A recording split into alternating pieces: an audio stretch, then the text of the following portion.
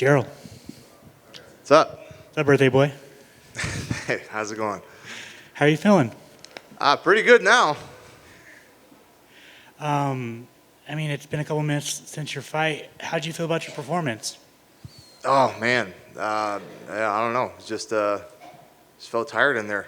I don't know what it was. The nothing had nothing to do with my preparation. My preparation was great. My team was great. My camp was great.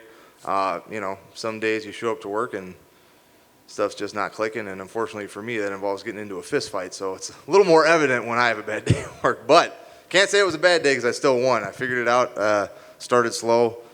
I knew after those first two, I definitely didn't have those, and I had to turn it on and get it done, and that's what I did. Going in that third round, and your coaches were telling you like you had to go for it. I mean, were you willing to go out on your shield to get that win?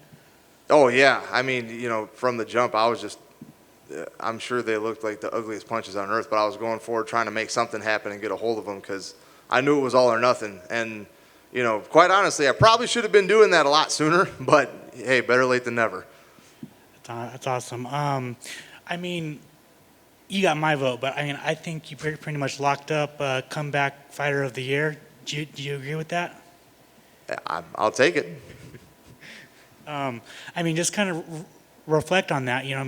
This time last year you were coming off 2 knockout losses, and then you start this year with a submission, and then your second fight you get the big upset, and then you get this third win. Just kind of reflect on that.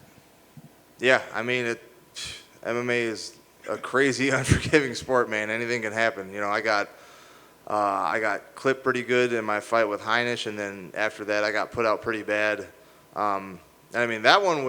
That was kind of a scary one to watch for me later on because I saw later that I was up in the cage and everything. I didn't wake up till I was back here somewhere. So like that whole thing, me standing there, I don't remember none of that. So that's when I was like, okay, I need to take a break, make sure my head's good. Credit to the UFC. They had no problem with that. They're like, yeah, get your head right, make sure everything is functioning. And that seemed to do the trick. It got my head square on my shoulders. I knew I still had a lot of really hard work to do and just kept my nose to the grindstone. When would you like to get back in there? I'd like to take a little bit of a break. I know that doesn't really matter to the UFC that much, so we'll see what happens. But if I got to pick, I would probably wait until like late April, early May. But my job is to get into prize fighting, so we'll see what happens. Do you have anybody that you would like to fight? That man, it's my birthday. Christmas is in a week. I ain't thinking about none of that stuff right now. I'm just enjoying the moment. Awesome. And then finally, this is kind of silly, but how do you decide if you go in with a beard or no beard for a fight camp? So usually I go in with a beard. One time I shaved it off because I knew the commission had, I think it was some different country, they had a weird thing with the local commission that you couldn't have it at a certain length. So I said, screw you, I'm just going to shave it all off then. Like, you're not going to tell me to have a small, short beard or something. And then the last one, my son had just been born. I was like, I want him to at least, get used to my actual face before it gets to be wintertime in Wisconsin, and I got to get a little more heat and insulation going. So that was the reasoning for those two. Congrats. Thank you. You mentioned wanting to take a little bit of a break. What's the reason for that? Just tired, or do you have something planned during that time? So the biggest reason is that I have to fight people all the time to make money, and it hurts.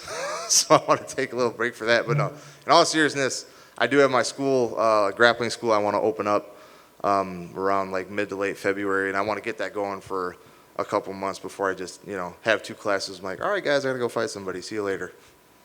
And I've been asking everybody what their New Year's resolution is. I'm wondering if you have one that you can share with us. I hadn't thought much past getting through my fight, so I got nothing for you. Awesome. Thank you. Congrats on the win. BJ Penn was tremendous on the ground. Chuck Liddell had that knockout power. Gerald, you personify the phrase "take him into deep waters and drown him." What is it about that buzzer beater, that the fourth quarter about you that's where you thrive? Man, I don't know. I don't know that I'd necessarily word it that way myself, but I appreciate the compliment, and I know how bad I want it, and I know. Like I said before, sometimes I put myself in a corner and I try to, shove a square peg through a round hole, which it ain't always the best way, but I know how to make it work, and that's just where I find myself a lot of times. That's perfect, man. And the school, let's circle back to that. What are you planning to open? What's going on? Where at? So that'll probably be in Harlan, Wisconsin. It would be primarily to start off with a grappling school. Start out slow, maybe 3-4 days a week at first, have an adults program and a kids program, and just kind of slowly work up from there. I'm not aiming initially to train fighters necessarily, because I'm still coaching the fight team at Rufus Sport with Duke Rufus. So, but if it ever leads to that, it leads to that, but that would be years and years down the road. But that's great. And when did you this is like giving back to your community. What started that thought process? Or is this for the longevity to be like, I can't fight forever.